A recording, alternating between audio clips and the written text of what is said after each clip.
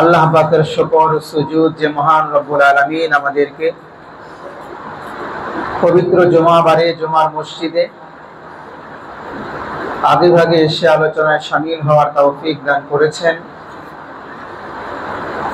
আসুন হৃদয়ের সবটুকু ভালোবাসা উজাড় করে গভীর শ্রদ্ধা নিবেদন করে কেবলমাত্র শুধুমাত্র সেই আল্লাহ তাআলাকে খুশি করার জন্য সকলে পড়ছি আলহামদুলিল্লাহ।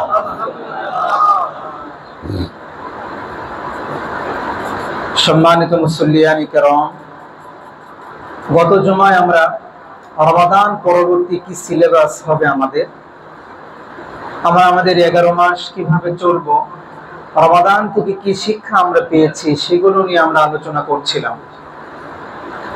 আমরা বলেছিলাম রমাদান পরবর্তী শিক্ষাকে আমরা দুইটি ভাগে ভাগ করেছিলাম, একটি হলো ধর্মীয় শিক্ষা আর একটি হলো নৈতিক শিক্ষা। ধর্মীয় শিক্ষা থেকে আমরা 3টি পয়েন্ট আউট করেছিলাম। আমরা বলেছিলাম তাকওয়া বা আল্লাহ ভীতির প্রশিক্ষণ রমাদান আল কারীম থেকে আমরা পেয়েছি, এটা 11 মাসেও কাজে লাগাতে হবে। 2 নম্বরে আমরা বলেছিলাম যে আত্মার পরিশুদ্ধতার প্রশিক্ষণ আমরা রমাদান থেকে পেয়েছি, এটা আমরা এই 11 মাসেও কাজে লাগাতে হবে। এবং 3 নম্বরে আমরা বলেছিলাম আল্লাহর ভালোবাসার প্রশিক্ষণ আমরা এই রমাদান থেকে পেয়েছি এবং রমাদান পরবর্তী সময়ে এইভাবে আমাদের কাজে লাগাতে হবে। আজ আমরা ধারাবাহিকভাবে এরপর থেকে আলোচনা শোনার চেষ্টা করব ইনশাআল্লাহ। যদি খাতা কলম কারো কাছে থাকে নোট করতে পারেন এবং মোবাইল থাকলে রেকর্ড করতে পারেন, খুবই গুরুত্বপূর্ণ কথা। 4 নম্বরে যে বিষয়টি আমি আপনাদের দৃষ্টি আকর্ষণ করব এটি হলো আল্লাহ বলছেন রমাদান আল কারীমে তুমি যে ইবাদত করেছো বান্দা, এই ইবাদত গুলো তুমি নষ্ট করে দিও না। সুবহানাল্লাহ বলে। রমাদান আল কারীমে তুমি যে ইবাদত করেছো সেই ইবাদত গুলো তুমি নষ্ট করে দিও না। প্রসঙ্গে মহান রব্বুল আলামিন সূরা নাহলের 92 নম্বর আয়াতে বলছেন ওয়ালা তাকুনু কাল্লাতী নাকাদাত গজলাহা মিন বাদি কুওয়াতিন আনকাসা, তোমরা ওই নারীর মতো হইও না যে নারী অনেক কষ্ট করে ছোট ছোট রশি দিয়ে সুতা দিয়ে সুন্দর মতো শক্তভাবে একটি রশি পাকিয়েছে, ও পাকানো যখন শেষ হয়েছে সেগুলো আবার টুকরো টুকরো করে ফেলে দিয়েছে। আল্লাহ বলছেন তার এতক্ষণের যে কাজ ছিল, এত কষ্ট করে যে রশিটা সে পাকালো, যখনই সে টুকরো টুকরো করে কেটে দিল, এই যে কষ্ট, এই সাধনা, এই পরিশ্রম করে যে করলো, করার কোনো আর অর্থ রইল না। মহান আল্লাহ আমাদেরকে বোঝালেন বান্দারে, রমাদান যখন আমি তোমাদের কাছে দিয়েছিলাম, রমাদান পেয়ে তোমরা অনেক কষ্ট করেছ, অনেক ইবাদত তোমরা অন্য মাসে করতে না কিন্তু সেগুলো করেছ, অনেক কষ্ট করে তোমাদের আমল নামায় তোমরা আমলগুলোকে জমা করেছ, কিন্তু সেই নারীর মতো হয়েও না। রমজান চলে গেল আর আমলগুলো তোমরা বরবাদ করে দিলে। তাহলে রমজানে আমলগুলো জমা করার কোনো অর্থই বাস্তবিক পক্ষে রইল না। কারণ রমজান আসার পরে যে কষ্ট করে আমরা আমলগুলো জমা করলাম, রমজান চলে যাওয়ার পরে যদি আমরা সেই আমলগুলো নষ্ট করে দেই, তাহলে এই কষ্টের কোনো অর্থ রইল বলে? সূরা মুহাম্মদের 33 নম্বর আয়াতে আল্লাহ রাব্বুল আলামিন বলছেন ইয়া আইয়ুহাল্লাযীনা আমানু আতিউল্লাহ ওয়া আতিউর রাসূল ওয়া লা তুবতিলু আমানাকুম, হে ঈমানদারগণ তোমরা আল্লাহ এবং তার রাসূলের আনুগত্য করো, আল্লাহ এবং তার রাসূলের অনুসরণ করো, আনুগত্য করো। হ্যাঁ, ওয়া লা তুবতিলু আমানাকুম, তোমরা কষ্ট করে জমা করে যে আমলগুলোকে একত্রিত করো সেগুলো তোমরা নষ্ট করে দিও না। একটু আওয়াজ করে বলেন তো এই কথা কার? আল্লাহ। আমরা দুটি আয়াত থেকে জানলাম আল্লাহ বলছেন আমাদেরকে আমল নষ্ট না করতে। স্বভাবতই প্রশ্ন জাগে কি কাজ করলে আমল নষ্ট হয়, কি বলেন ঠিক কিনা? প্রশ্ন জাগে কি জাগে না? তাহলে ওদের কোন কাজগুলো করলে আমাদের আমলগুলো নষ্ট হয়ে যায়, আমি সব আমল নষ্ট হয় কিভাবে সেটা বলতে এই অল্প সময়ে পারবো না। তবে মোটা মোটা কিছু কথা বলবো যে কাজগুলো করলে আপনার আমল একেবারে শেষ হয়ে যায়। এটা আমরা আজকে জানবো কোরআন থেকে। কোন থেকে জানবো বলেন? কোরআন থেকে। শোনেন, সূরা মাইদার 5 নম্বর আয়াত আল্লাহ বলছেন যে কাজ করলে আমল নষ্ট হয় ومن يكفر بالإيمان فقد حبط عمله وهو في الآخرة من الخاسرين। আল্লাহ বলছেন যে ব্যক্তি ঈমানের সাথে কুফরি করে, যে ব্যক্তি ঈমানের সাথে কুফরি করে তার আমলনামা আল্লাহ তাআলা বরবাদ করে দেন, নষ্ট করে দেন, আর আখিরাতে সে ক্ষতিগ্রস্তদের অন্তর্ভুক্ত হবে। তার মানে ঈমান আছে, নামাজ পড়ে, রোজা রাখে, সাথে আবার কুফরিও করে। কি করে? কুফরিও করে। এই জাতীয় লোকের সংখ্যা অনেক বেশি আমাদের সমাজে। ঈমানদার মানে আল্লাহর কাছে না, নিজে নিজে প্রকাশ করে আর কি, নিজে নিজে প্রকাশ করে, প্রকাশ করতে স্বাচ্ছন্দ্য বোধ করে, আমি মুসলমান, আমি ঈমানদার, এটা প্রকাশ করতে খুব ভালো লাগে তার।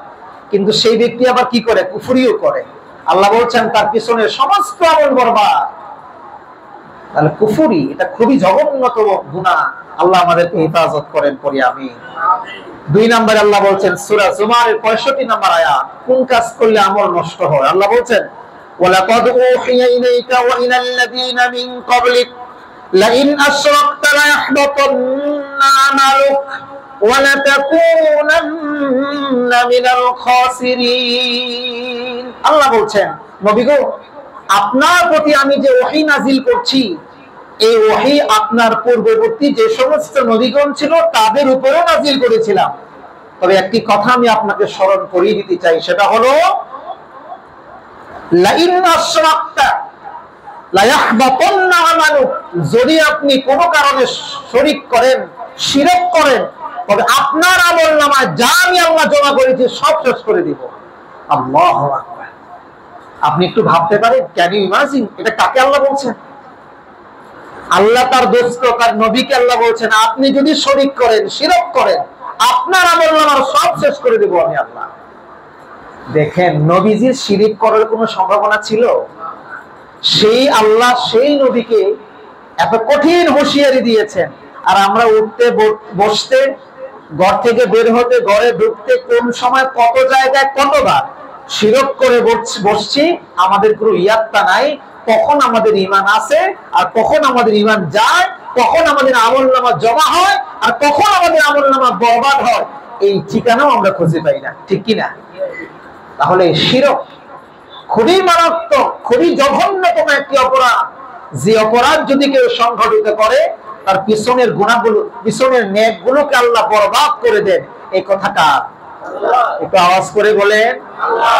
এটা কোন হুজুরের কথা না, আল্লাহর কথা? আল্লাহর কথা। কোথায় আছে? সূরা জুমার 65 নম্বর আয়াত।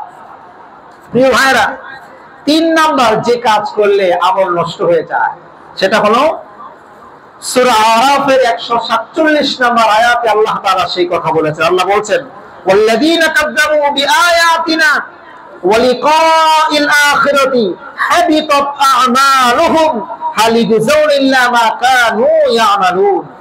ওয়াল্লাযীনা কাযযাবু বিআয়াতিনা, যারা আমার আয়াত সমূহকে অবিশ্বাস করে, আমার নিদর্শন সমূহকে অবিশ্বাস করে, আমার কোরআনকে যারা অবিশ্বাস করে, আমার আয়াতকে যারা অবিশ্বাস করে, ওয়া লিকাইল আখিরাতি, এবং আখিরাতের সাক্ষাৎ, পুনরুত্থান দিবস, আখিরাতে যে আখিরাতের সাথে তার একটা সাক্ষাৎ হবে, এই সাক্ষাৎকে কেউ যদি অবিশ্বাস করে, হাবিতাত আমালুহুম, আমি আল্লাহ তার সমস্ত পিছনের আমলগুলোকে বরবাদ করে দেব। আল্লাহ কি বলছেন? যদি কেউ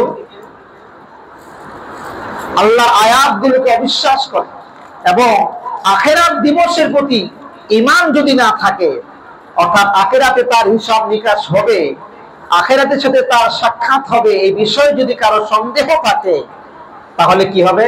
আল্লাহ বলছেন তার পিছনের সমস্ত আমলগুলো বাদ।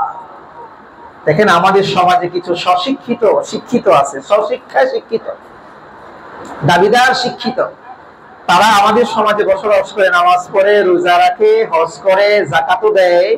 দেখবেন বলতে শোনা যায় আমি সবই করি, কিন্তু কবরের আযাব নিয়ে আমার একটু সন্দেহ আছে।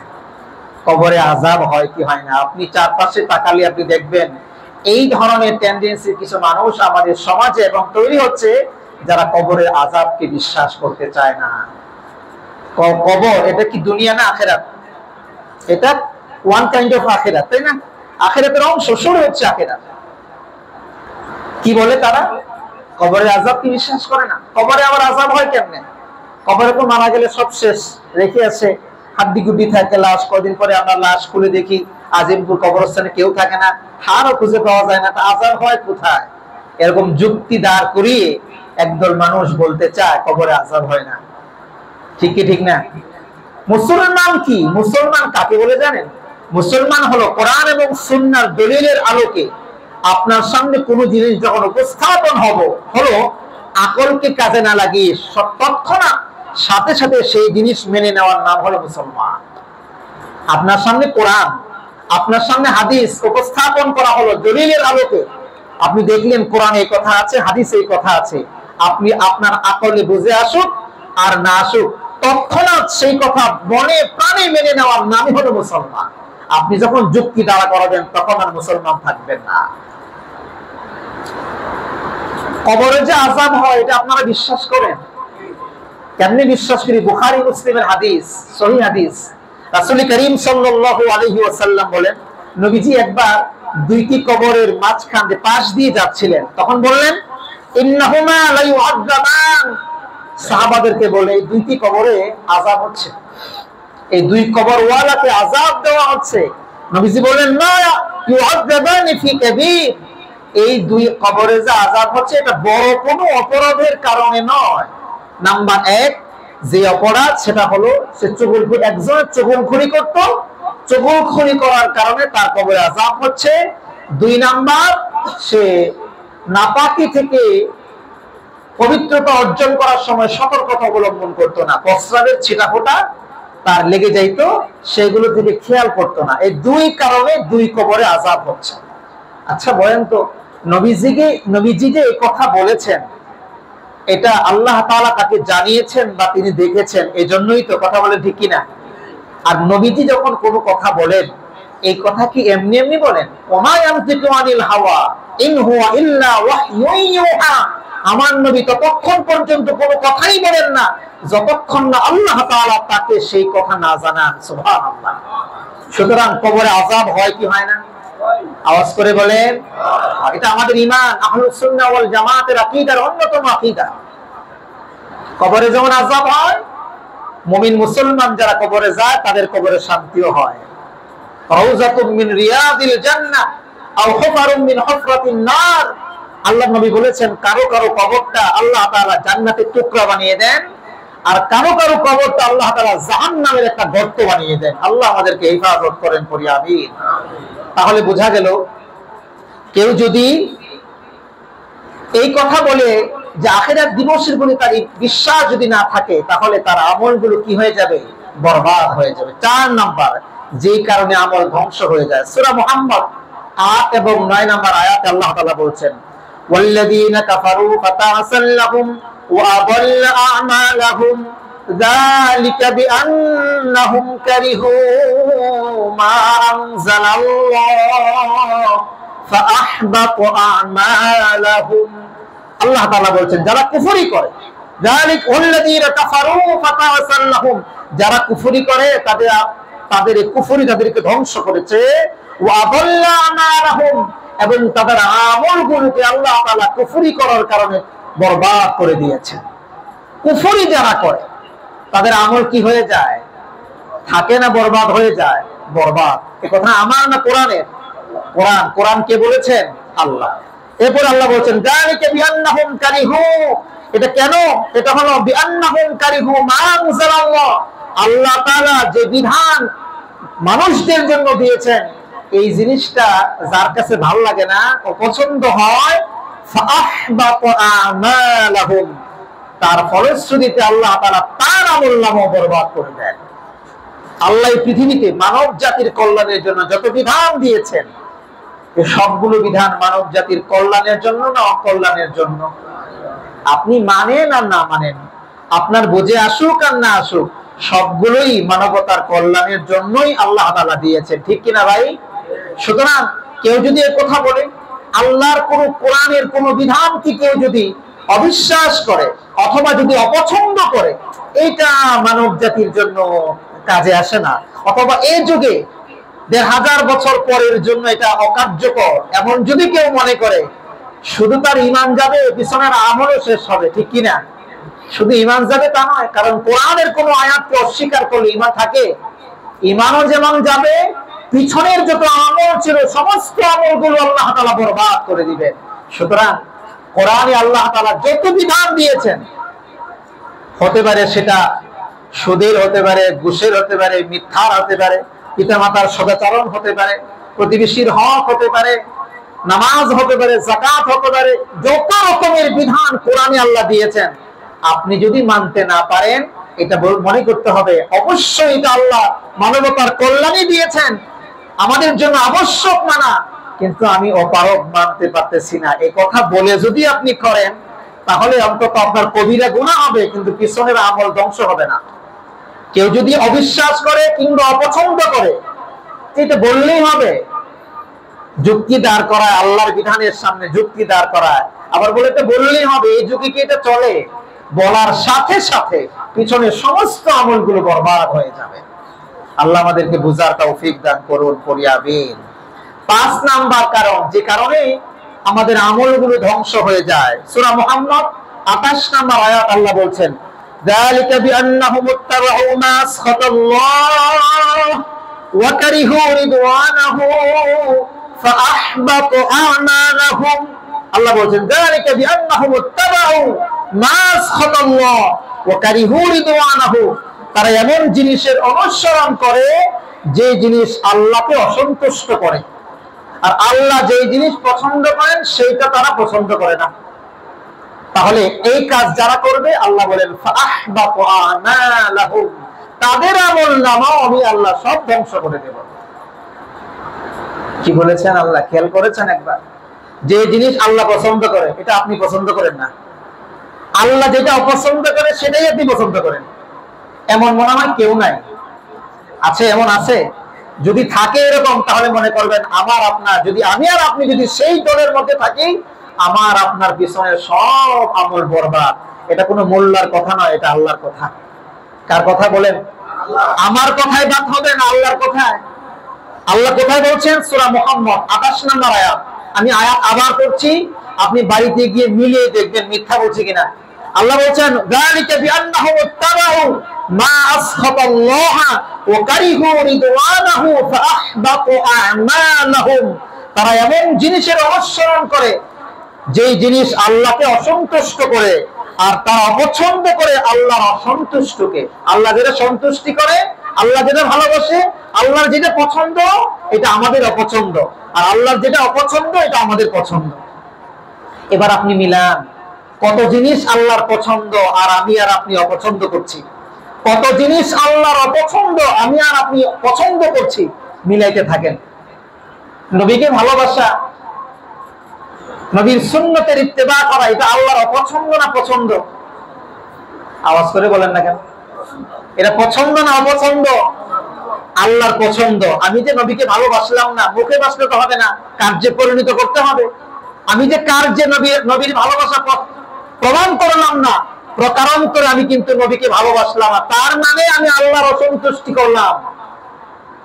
তার মানে আল্লাহ যেটা পছন্দ করেন সেটাকে আমি অসন্তুষ্ট করলাম, পছন্দ করলাম না। আর আল্লাহ যেটাকে পছন্দ করেন সেটাকে আমি পছন্দ করলাম। আল্লাহ পছন্দ করেন তুমি মিথ্যা বলিও না, এটা আল্লাহ পছন্দ করেন। আল্লাহ পছন্দ করেন তুমি মিথ্যা বলিও না, কিন্তু আমি মিথ্যা বললাম। আল্লাহ পছন্দ করেন তুমি গুনাহ করিও না, আল্লাহ পছন্দ করেন তুমি স্ত্রীর হক আদায় করো, মা বাবার হক আদায় করো, প্রতিবেশীর হক আদায় করো, 5 ওয়াক্ত নামাজ পড়ো, এগুলো আল্লাহর পছন্দ, কিন্তু আমি করলাম না। আমার পছন্দ আল্লাহর পছন্দের সাথে মিলল না, আল্লাহর পছন্দের সাথে আমার পছন্দের মিলল না। আল্লাহ কি বলেন? ফাআহবাতু আমালাহুম, সব আমল বরবাদ করে দিলাম। রাগ করলেন? আমি আমার কথা শোনাচ্ছি না আল্লাহর কথা শোনাচ্ছি? আল্লাহর কথা। প্রিয় ভাইরা, আল্লাহ আমাদেরকে আমল করার তৌফিক দান করুন, পরে আমি বুঝে শুনে তারপরে আমল করার তৌফিক দান। 6 নাম্বার, যে আমল করলে, যে কাজ করলে পিছনে সব আমল বরবাদ হয়ে যায়। আমি একটা কথা আমার থেকে বলবো না, কোরআন থেকে বলবো। কোরআন দেখেন সূরা মুহাম্মদের 32 নম্বর আয়াত। আল্লাহ বলছেন কি? ইন্নাল্লাযীনা কাফারু ওয়া সাদ্দু আন সাবিলিল্লাহ ওয়াশাকুর রাসূল মিন বাদি মা তাবায়্যানা লাহুমুল হুদা লা ইয়াদুরুল্লাহ শাইআ ওয়া সায়ুহবিতু আমালাহুম।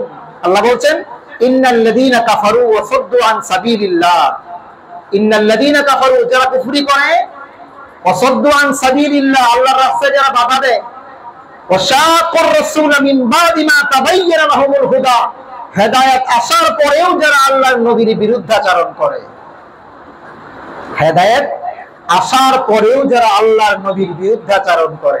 এটা অনেকভাবে আপনি খুঁজে পাবেন। হেদায়েত কিভাবে আসে? দুই ভাবে, একটা হলো পৈতৃক সূত্রে, আর একটা হলো জেনে বুঝে ধর্মান্তরিত হয়ে, ঠিক কিনা? আপনি পৈতৃক সূত্রে, আমি পৈতৃক সূত্রে মুসলমান, বাবা মুসলমান ছিল, তাদের ঔরসে জন্মগ্রহণ করেছি, মুসলমান হয়েছি, বড় হয়ে সেটাকে মেনে নিয়েছি। বস্তুত সকল নবজাতক পৃথিবীতে যারা আগমন করে সবাই কিন্তু ফিতরাতের উপর, মুসলমানের ফিতরাতের উপরই কিন্তু জন্মগ্রহণ করে। বাবা মা তাদেরকে মুসলিম বানায়, ইহুদি বানায়, খ্রিস্টান বানায়, বাবা মার কারণে তারা বিভিন্ন ধর্মে পরবর্তী সময় ট্রান্সফার হয়। মূলত প্রত্যেক নবজাতক এই পৃথিবীতে যখন আগমন করে আল্লাহ তাআলা ইসলামের ফিতরাতের উপরে তাদেরকে প্রতিষ্ঠিত করেন। তারপরে বাবা মা তাদেরকে এক এক দিকে নিয়ে যায়। আমাদের বাবা মা যেহেতু মুসলমান ছিলেন, সুতরাং আমরা মুসলিম হিসেবে এখনো পর্যন্ত টিকে আছি। এটা আমাদের ফিতরাত এবং পৈতৃক সূত্রে। কিছু মানুষ আছে পিতামাতা হিন্দু, পিতামাতা বৌদ্ধ, পিতামাতা খ্রিস্টান, তাদের ঔরসে জন্মগ্রহণ করেছে। একটা সময় স্টাডি করে পৃথিবী চারপাশ দেখে জ্ঞান আসার পরে বুঝে দেখলো যে না, একটা বেস্ট ধর্ম তো হলো ইসলাম, কমপ্লিট কোড অফ লাইফ হলো ইসলাম, সুতরাং ইসলাম গ্রহণ করাই আমাদের জন্য শ্রেয়। সে হয়তো ইসলামকে গ্রহণ করেছে, তার ইসলাম গ্রহণ করা আর আমার ইসলাম গ্রহণ করা কিন্তু এক না। ঠিক কি ঠিক না? তুই বুঝেন কিনা ব্যাপারটা? হ্যাঁ, এই দুই ভাবে কোন এক ভাবে ইসলাম গ্রহণ করা হয়েছে। তো ইসলাম গ্রহণ করা হয়েছে তার মানে হেদায়েত তার মধ্যে চলে এসেছে। এখন আল্লাহ বলছেন এই হেদায়েত আসার পরে তুমি যদি তোমার নবীর বিরুদ্ধাচরণ করো, আল্লাহ বলেছেন সায়ুহবিতু আমালাহুম, অচিরেই আমি আল্লাহ তার আমলনামা যত আমল জমা হয়েছিল সব বরবাদ করে দেব। নবীর বিরুদ্ধাচরণ এখন কেউ বাহ্যিকভাবে আর করতে পারছে না, কারণ নবী তো উপস্থিত নাই। আছে নবী? আছে। এখন 1450 বছর পূর্বেই নবীর ওফাত হয়েছে। নবীজি মদিনা মুনাওয়ারায় আরাম করছেন, শুয়ে আছেন, ঠিক কিনা? মদিনা মুনাওয়ারায় জান্নাতুল রাউযাতুম মিন রিয়াজিল জান্নাহর মধ্যে আল্লাহর নবী শুয়ে আছেন, জান্নাতের টুকরায়।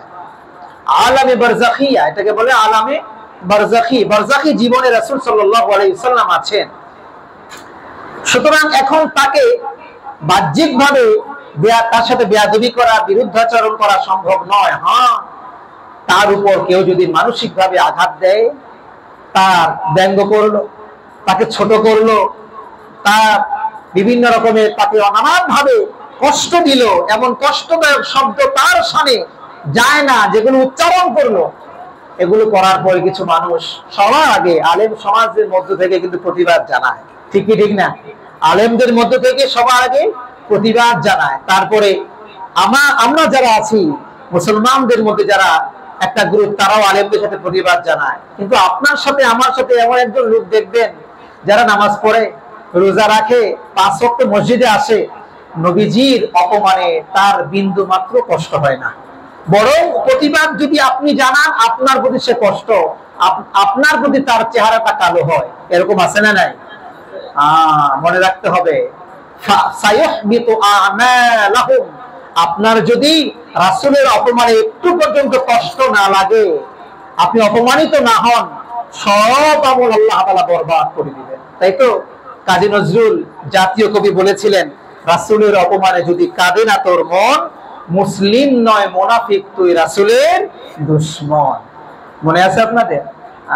সুতরাং এই মোটা মোটা কিছু কথা আমি আপনাদের সামনে বললাম, যেগুলো করলে পরে, যে আমলগুলো করলে পরে আল্লাহ রাব্বুল আলামিন সাথে সাথে আপনার আমার আমল নামাগুলো আল্লাহ তাআলা বরবাদ করে দেন। প্রিয় ভাইরা, সুতরাং আল্লাহ তাআলা বলছেন যে তোমরা তোমাদের আমলগুলো রমাদান আল কারীমে যেমন ভাবে সাজিয়েছো, এই আমলগুলোকে বরবাদ করো না। আমরা জেনেছি কতগুলো কারণে আমল বরবাদ হয়। আল্লাহ তাআলা সেই কাজগুলো থেকে আমাদেরকে হেফাজতে রাখেন বলে আমিন। এবার আসেন রমজান থেকে আরেকটি শিক্ষা যেটা আমরা নিয়েছি, এটা হলো আখিরাতমুখী হওয়ার প্রশিক্ষণ। রমজান থেকে আমরা আখিরাতমুখী হওয়ার প্রশিক্ষণ নিয়েছি। কিভাবে? সিয়াম যারা পালন করে, সিয়াম যারা, রোজা যারা রেখেছে, তাদের সকল পার্থিব ভোগ বিলাস ত্যাগ করে দুনিয়ার প্রতি বিমুখ হয়ে আখিরাতের প্রতি হওয়ার যে শিক্ষা, আখিরাতমুখী হওয়ার যে শিক্ষা, এই শিক্ষাটা আমরা রমজান থেকে নিয়েছি। দেখেন, এই দুনিয়া দুনিয়া শুধু দুনিয়া রমজানের বাহিরে আমরা করতাম, কিন্তু যখন রমজানের ভেতরে যারা ইতিকাফে বসেছে, যারা ইতিকাফে বসি নাই কিন্তু রমজানের শুরু থেকে শেষ পর্যন্ত যারা রোজা রেখেছি, আমরা অনেক ক্ষেত্রে দুনিয়াকে পেছনে ফেলে আখিরাতের কর্মকে, ইবাদত বন্দিগিকে আমরা বাড়িয়ে দিয়েছিলাম। ঠিক কিনা ভাই? আল্লাহ বলছেন, বান্দা, রমজানুল কারীমে তোমাকে যে প্রশিক্ষণ দিয়েছি আখিরাতমুখী হওয়ার, এই প্রশিক্ষণটা তুমি রমজানের মধ্যে সীমাবদ্ধ রেখো না। রমজানের পরেও দুনিয়া দুনিয়া দুনিয়া এগুলো বাদ দিয়ে আখিরাতের কাজও তুমি করো। সুবহানাল্লাহ বলেন। দেখেন, পবিত্র কোরআনের সূরা আনআমের 32 নম্বর আয়াত আল্লাহ বলছেন, ওয়ামাল হায়াতুদ দুনিয়া ইল্লা লাইবু ওয়া লাহু ওয়া আদ-দারুল আখিরাহ খায়রুল লিল্লাযিনা ইয়াত্তাকুনা ফালা তা'কিলুন। আল্লাহ বলছেন, পার্থিব জীবন ক্রিয়া কৌতুক ছাড়া আর কিছুই না, পরকালের আবাস হলো কেবলমাত্র পরহেজগারদের জন্য শ্রেষ্ঠতর। আফালা তা'কিলুন, তোমরা কি এটা বুঝো না? কারণ দুনিয়ার জীবন তো হলো তোমাদের 60, 70, 80 বছরের জীবন, আর অনন্ত অসীমকালের জীবন হলো দুনিয়ার জীবনে ভালো থাকার জন্য তুমি 10 তলা বাড়ি করেছো, এয়ার কন্ডিশন লাগিয়েছো। আখিরাতের জীবন 70 আর 80 বছরের নয়, অনন্ত অসীমকালের সেই জীবনের জন্য আমল দ্বারা কয় তলা বাড়ি করেছো, আমল দ্বারা কতবার এয়ার কন্ডিশন লাগিয়েছো, সেখানে যে অনন্ত অসীমকাল থাকতে হবে, সেখানে খাবারের ব্যবস্থা তোমার হয়েছে কিনা, এগুলো করতে হবে কি দিয়ে? বলেন না, কি দিয়ে? আমল দিয়ে করতে হবে। সুতরাং দুনিয়া দুনিয়া দুনিয়া না করে আমাদেরকে দুনিয়ার সাথে সাথে আখিরাতকেও কামানোর যে প্রশিক্ষণ রমাদান থেকে আমরা নিয়েছি, এই শিক্ষাটা আমরা বাকি 11 মাসে কাজে লাগাবো ইনশাআল্লাহ। 5 নম্বর হলো রিয়া বা লোক দেখানো মুক্ত ইবাদত, এর শিক্ষা আমরা রমাদান থেকে নিয়েছি। দেখেন, রোজাকে বলা হয় তুলনাবিহীন ইবাদত। রোজার সাথে কোনো তুলনা চলে না। প্রত্যেকটা ইবাদতের একটা শরীর আছে, একটা দেহ আছে। আপনি নামাজ পড়ছেন, মানুষ দেখছে আপনি নামাজ পড়ছেন, যাকাত দিচ্ছেন, মানুষ অনেক সময় দেখছে, হজ করছেন, মানুষ দেখছে, আপনি অন্যান্য ইবাদত করছেন, মানুষ দেখছে, এটার একটা তুলনা চলে। কিন্তু রোজা এমন এক ইবাদত, এটা আপনি না যদি খেয়ে এসে বলেন মানুষকে আমি খাই নাই, রোজা রাখছি, তাইলেও মানুষ বুঝতে পারবে না যে আপনি খেয়ে আসছেন কে খেয়ে আসেন নাই। কথা বলেন ঠিক কিনা? কিন্তু তারপরে কোন মুসলমান পৃথিবীতে এরকম নাই যে খেয়ে এসে তারা বলে যে আমি রোজা রাখছি। সুতরাং রোজাকে বলা হয় রিয়া মুক্ত ইবাদত, তুলনাবিহীন ইবাদত। সূরা নাসাইতে 2220 নম্বর হাদিসে রাসূল করিম সাল্লাল্লাহু আলাইহি ওয়াসাল্লাম এই কথাই বলেছেন। عن أبي أمامة أنه سأل رسول الله صلى الله عليه وسلم أي العمل أفضل؟ قال رسول الله صلى الله عليه وسلم عليك بالصوم فإنه لا عدل له। এক ব্যক্তি নবীজির কাছে এসে বলে, নবী গো, আমার এমন একটা আমলের কথা বলেন যে আমল আমি করব, যে আমলটা সবচেয়ে উত্তম। আমার নবীজি বলেন, তুমি রোজা রেখে যাও, কেননা রোজার সাথে কোনো তুলনাই চলে না। সুবহানাল্লাহ, রোজার সাথে কোনো তুলনাই চলে না। 6 নাম্বার আমরা যে শিক্ষাটা রমাদান থেকে নিয়েছি, সেটা হলো আল্লাহর কাছে আত্মসমর্পণ ও তার দাসত্ব প্রতিষ্ঠার প্রশিক্ষণ।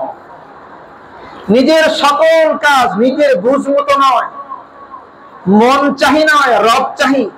আমার কাজ করতে হবে আল্লাহ যেভাবে চান সেভাবে, আমি যেভাবে চাই সেভাবে নয়। এটাই বলে দাসত্ব প্রতিষ্ঠা। আপনি চাইলেন, দেখেন রমাদানে আপনি চেয়েছেন, কার না চেয়েছে দিনের বেলা খিদা লেগেছে ভাত খাইতে, খাই নাই আমরা।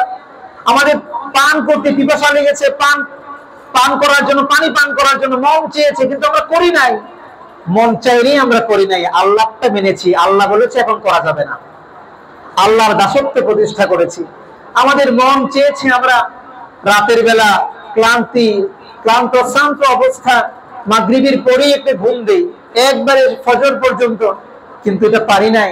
কারণ আল্লাহর সেখানে বিধান ছিল আরেকটু পরে ইশারের নামাজ পড়তে হবে, তারপরে ক্লান্ত হলে চলবে না, আরো লম্বা নামাজ আছে, 1-1.5 ঘন্টা সেই নামাজ তোমাকে পড়তে হবে, তারপরে এসে তুমি ঘুমাবা। আর ঘুমাইলে একবারে ফজর পর্যন্ত ঘুমানো যাবে না বান্দা, তার আগে তোমাকে উঠতে হবে, 2-4 রাকাত নামাজ পড়ো, অন্তত কিছু করো না করো সাহারি গ্রহণ করো। ঠিক কি ঠিক না? সুতরাং আমরা যেভাবে চেয়েছি সেভাবেই কিন্তু রমজানে আমরা পারি নাই। আল্লাহ যেভাবে চেয়েছেন সেইভাবেই প্রতিটা সময় আমাদেরকে কাটাতে হয়েছে। আল্লাহর দাসত্ব প্রতিষ্ঠা এই প্রশিক্ষণ আমরা রমজান থেকে নিয়েছি। এবার 11 মাসে কাজে লাগান। আল্লাহ যেটাকে হালাল বলেছে আপনি হালাল মেনে নেন, আল্লাহ যেটাকে হারাম বলেছে আপনি হারাম মেনে নেন, আল্লাহ যেখানে আদেশ আছে এই আদেশ আপনি মেনে নেন, আল্লাহর যেখানে নিষেধ আছে এই নিষেধটুকু আপনি মেনে নেন। আপনার মন চাইলেই আপনি গুনার দিকে যাবেন না, কারণ গুনার দিকে যাইতে নিষেধ করেছেন যিনি, তিনি কে? আওয়াজ করে বলেন তিনি কে? সুতরাং আল্লাহর দাসত্ব প্রতিষ্ঠা করতে হলে মন চাইলেই কোনো কাজ করা যাবে না, বরং দেখতে হবে আল্লাহ এবং তার রাসূলের নির্দেশ এখানে আছে কিনা। ঠিক কিনা ভাই? আল্লাহ তাআলা আমাদেরকে বুঝার তৌফিক দান করুন করে আমিন। যদি আপনি নিজের নফসটাকে প্রশিক্ষিত করতে পারেন তবেই আপনার নফস উন্নত হবে। আর উন্নত হতে হতে কোরআনের ভাষায় আপনার নফস হবে নফসে মুতমাইন্নাহ। আপনার নফস যখন নফসে মুতমাইন্নাহ হবে, এই নফস কেবলমাত্র জান্নাতুল ফেরদাউসের উপযুক্ত হয়ে যাবে। সুবহানাল্লাহ। আল্লাহ বলছেন সূরা ফজরের 27 থেকে 30 নম্বর আয়াত, ইয়া আইয়াতুহান নাফসুল মুতমাইন্নাহ ইরজিই ইলা রাব্বিকি রাদিয়াতাম মারদিয়াহ ফাদখুলি ফি ইবাদি ওয়াদখুলি জান্নাতি। হে নফসে মুতমাইন্নার অধিকারী আত্মা, হে প্রশস্ত আত্মা, তুমি তোমার পালনকর্তার দিকে ফিরে যাও সন্তুষ্ট চিত্তে, অতঃপর আমার একনিষ্ঠ বান্দাদের অন্তর্ভুক্ত হয়ে আমার চিরসুখের জান্নাতের অধিবাসী হয়ে যাও। সুবহানাল্লাহ। তাহলে অন্তর যদি আপনার আত্মাকে, নফসটাকে যদি আপনি পরিশুদ্ধ করতে পারেন, রমজান থেকে যে শিক্ষা নিয়েছেন মন চাহি নয় রব চাহি, আত্মাকে ধরে ধরে, নফসটাকে ধরে ধরে বুঝিয়ে বুঝিয়ে দাসত্ব যে প্রতিষ্ঠা করেছেন রবের, এটা যদি 11 মাস করতে পারেন তাহলেই আপনার নফস তাজকিয়ায়ে নফস হবে, তবেই আপনার নফস আত্মশুদ্ধ হবে, তবেই আপনার নফস নফসে মুতমাইন্নাহ হবে, আর আপনার জন্যই আমার জন্যই জান্নাতুল ফেরদাউস অপেক্ষা করবে। আল্লাহ কবুল করেন পড়ি আমিন। প্রিয় ভাইয়েরা, এতক্ষণ আমরা ধর্মীয় দিকগুলো নিয়ে আলোচনা করি, সংক্ষিপ্তভাবে আমরা নৈতিক কিছু বিষয় নিয়েও আজকের আলোচনা শেষ করবো ইনশাআল্লাহ। 1 নাম্বার, উন্নত নৈতিকতা, উত্তম চরিত্রের প্রশিক্ষণ আমরা রমজান থেকে পেয়েছি। কিভাবে? দেখেন, রমজান ছিল সবরের মাস। আমি তো বলি রমজান ছিল সবর প্রশিক্ষণের ইনস্টিটিউট। কেবলমাত্র মানুষ সবর এবং ধৈর্যের শিক্ষাই নেই রমজান থেকে। যে কথাগুলো আমরা পূর্বে বলেছি, দেখেন আমাদের মন চেয়েছে খাবার খাইতে, খাবার খাই নাই, সবর করেছি। মন চাইলেই কাকে গালি দেই নাই, সবর করেছি। কেউ একজন আঘাত করলেও তাকে আঘাত করে নেই, সবর করেছি। মন চাইছে খুব একজনের বিরুদ্ধে বলি, তারপরে বলিনি, রমজান মাস, সবর করেছি। মন চাইছে গীবত করি, করিনি, সবর করেছি, ধৈর্য ধারণ করেছি। মন চেয়েছে আমাকে অনেক কিছু করতে, অনেক কিছু করতে, কিন্তু সেগুলো আমরা করিনি। সেগুলো না করে আমি, আপনি, আমরা সকলে আমাদের চরিত্রকে আমরা উন্নত করেছি। কি করেছি বলেন? উন্নত চরিত্র করেছি। 1টি মাস এই গুনাহ, এই সামাজিক অপরাধ, এগুলো না করে আমরা আমাদের চরিত্রকে উন্নত করেছি। আল্লাহ বলছেন, বান্দা তুমি যে রমজানে 1 মাস তোমার চরিত্রকে উন্নত করেছে, গুনাহ করনি, অপরাধ করনি, মন চাইলেই করনি। এই যে তোমার জিহ্বার হেফাজত করেছো, হাতের হেফাজত করেছো, মন-মগজের হেফাজত করেছো, চাইলেই তুমি খারাপ কিছু দেখোনি, চোখের হেফাজত করেছো, এগুলো সব তুমি 11 মাসে কাজে লাগাও। তাহলে তোমার চরিত্রকে যিনি উন্নত করে দিবেন তিনি কে? আল্লাহ। আল্লাহ। সহিহ বুখারীতে সমর্থন হাদিস আসছে, রাসূল করিম সাল্লাল্লাহু আলাইহি ওয়াসাল্লাম বলেন, হাদিসের বর্ণনাকারী প্রখ্যাত সাহাবী হযরত আবু হুরায়রা রাদিয়াল্লাহু তাআলা আনহু, عن أبي هريرة رضي الله تعالى عنه قال قال رسول الله صلى الله عليه وسلم من لم يدع قول الزور والعمل به فليس لله حاجة في أن يدع طعامه وشرابه। নবীজি বলেন, যে ব্যক্তি মিথ্যা কথা বলে এবং খারাপ কাজ ত্যাগ করে না, মিথ্যা কথাও ত্যাগ করে না, খারাপ কাজও ত্যাগ করে না, ইফতার খানা পিনা বন্ধ করতে আল্লাহর কোনো প্রয়োজন নাই। রমাদান মাসে যে মিথ্যা পরিহার করেনি, খারাপ কাজগুলো পরিহার করেনি, আল্লাহ বলছে এমন রোজাদারের রোজা আল্লাহর কাছে কোনো প্রয়োজন নাই। তার মানে রমাদান আল কারীমে আমি আর আপনি মিথ্যাকে পরিহার করার শিক্ষা নিয়েছি, খারাপ সকল কাজগুলোকে পরিহার করার শিক্ষা নিয়েছি। এই শিক্ষাটি আমাদের 11 মাসে কাজে লাগাতে হবে। আল্লাহ আমাদেরকে বোঝার তৌফিক দান করুন, পড়ি আমিন। প্রিয় ভাইরা, 2 নাম্বার হলো নিয়মানুবর্তিতার শিক্ষা। দেখেন রমজান আসার পরে আমরা কি নিয়মতান্ত্রিক জীবন যাপন করেছি। টাইম মতো খাবার খেয়েছি, টাইম মতো আমরা আবার খাবার ভঙ্গ করেছি। একেবারে সাহারি শেষ সময় নির্ধারিত ছিল, আপনি চাইলেই 1 মিনিট পরে আর সাহারি খেতে পারেননি। কথা ঠিক না ঠিক? ইফতারের সময়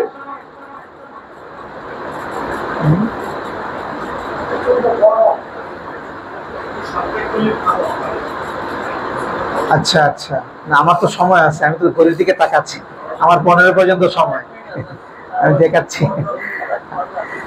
আমি দেখছি। আচ্ছা, এটাও তো একটা সবর, এই গরম এটাও সবর। এই সবর করলেও আল্লাহ তাআলা জাযা দিবেন ইনশাআল্লাহ। এটা কেন করছি আমরা সবর? আল্লাহর জন্যই তো করছি, নামাজের জন্যই তো করছি। আখিরাতের ময়দানে, হাসরের ময়দানে সূর্য থাকবে আঘাত উপরে, আলোচনা তো অন্যদিকে চলে যাবে, তখন অবস্থা কেমন হবে? আল্লাহ আমাদেরকে ওই জায়গা থেকে বাঁচিয়ে দেব, বলি আমিন। যাই হোক, নিয়মানুবর্তী আমি শেষ করে দেবো সবাই মতো ইনশাআল্লাহ। নিয়মানুবর্তিতার যে প্রশিক্ষণ আমরা রমজান থেকে নিয়েছি, এই নিয়মানুবর্তিতা প্রশিক্ষণের কারণে, অটোফেজির কারণে আমাদের দেহ থেকে অনেক বর্জ্যগুলো, টক্সিন গুলো বেরিয়ে গিয়েছে। আমাদের দেহকে আল্লাহ তাআলা সুঠাম দেহ করে দিয়েছেন, সুস্থ দেহ করে দিয়েছেন। এটার মাধ্যমে আমাদের শরীর আবার নতুন করে চলার একটা প্রান্তিক মানসিকতা, একটি সুন্দর সিস্টেম আমরা শরীর থেকে পেয়েছি, যেন 11 মাস আবার সুন্দরভাবে চলতে পারি। এই নিয়মানুবর্তিতার শিক্ষা যেমন আমরা রমজান থেকে পেয়েছি, এটা আমাদের বাকি 11 মাসেও কাজে লাগাতে হবে। প্রিয় ভাইয়েরা আমার, শেষ করে দিচ্ছি। শয়তান ও কুপ্রবৃত্তির ক্ষমতা নিয়ন্ত্রণের প্রশিক্ষণ আমরা রমজান থেকে নিয়েছি। 3 নাম্বার, শয়তান ও কুপ্রবৃত্তির নিয়ন্ত্রণের প্রশিক্ষণ। শয়তান এবং কুপ্রবৃত্তি, নফস আমাদেরকে অনেক কিছু চেয়েছে করাইতে, কিন্তু আমরা করি নাই। কাকে ভয় পেয়েছি? আল্লাহকে ভয় পেয়েছি। আল্লাহকে ভয় পেয়ে এই যে এত কিছু করি নাই, এটা কি শুধু রমজানের জন্যই খাস ছিল না? 11 মাসেও লাগবে, 11 মাসেও লাগবে। আপনাকে এখন থেকে একবার আগামী রমজান পর্যন্ত প্রতিটি কাজ করার সময় ভয় করতে হবে কাকে? আল্লাহকে ভয় করে যদি আপনি গুনাহ থেকে বেঁচে থাকেন, শয়তানের কুপ্রবৃত্তি থেকে বেঁচে থাকেন, তো আল্লাহ তাআলা আপনার জীবনটাকে সুন্দর করে দিবেন। প্রিয় ভাইরা, তারপরে সাম্য প্রতিষ্ঠা। সাম্য প্রতিষ্ঠা, রমজানে আমরা যে শিক্ষা নিয়েছি, সাম্য নৈতিক শিক্ষা, সাম্য প্রতিষ্ঠা। দেখেন রমজানে ধনী এবং গরিবের যে সাম্য, ধনীতে টাকা আছে বলেই যে আপনি খাইতে পারবেন, দিনের বেলা পারেন নাই, টাকা থাকলেই খাইতে পারেন নাই। শিক্ষা দিয়েছেন আল্লাহ, দেখো গরিবেরা যে খায় না, না খেয়ে যে ক্ষুধার্ত থাকে, তার কেমন লাগে, কষ্টটা কেমন অনুভব হয়, তুমি এটা অনুভব করো। এই অনুভব করার শিক্ষা আল্লাহ তাআলা রমজান আল কারীমে আপনাকে আমাকে দিয়েছেন, যেন রমজানের বাহিরে গরিবকে দেখলেই যেন লাথি না মারি, গরিবকে দেখলেই যেন কটু কথা না শুনিয়ে দেই। কারণ গরিব এবং ধনী এই দুই যে শ্রেণীতে আল্লাহ তাআলা এই পৃথিবীকে ভারসাম্য করে সৃষ্টি করেছেন, ঠিক কিনা? আল্লাহ তাআলা আমাদেরকে বোঝার তৌফিক দান করুন। তারপর আল্লাহ তাআলা ঐক্যের শিক্ষা দিয়েছেন এই রমজান আল কারীমে। আল্লাহ তাআলা যেন আমাদের সবাইকে রমজান আল কারীমে যেরকম ভাবে ঐক্যের সাথে আমরা ধনী গরিব পরস্পর ভেদাভেদ মিলে একসাথে থেকেছি, একসাথে সাহারি খেয়েছি, গরিবকে ডেকে এনে আমি আমার সাহারিতে অংশগ্রহণ করিয়েছি, গরিবকে ডেকে এনে আমি আমার ইফতারিতে অংশগ্রহণ করিয়েছি। এই শিক্ষা যেন আমরা রমজানের বাইরেও থাকে, গরিবকে দেখে তাকে যেন খাবারের ব্যবস্থা করে দেই, তার কাপড়ের ব্যবস্থা যেন করে দেই, তার বাসস্থানের ব্যবস্থা যেন আমরা করে দেই।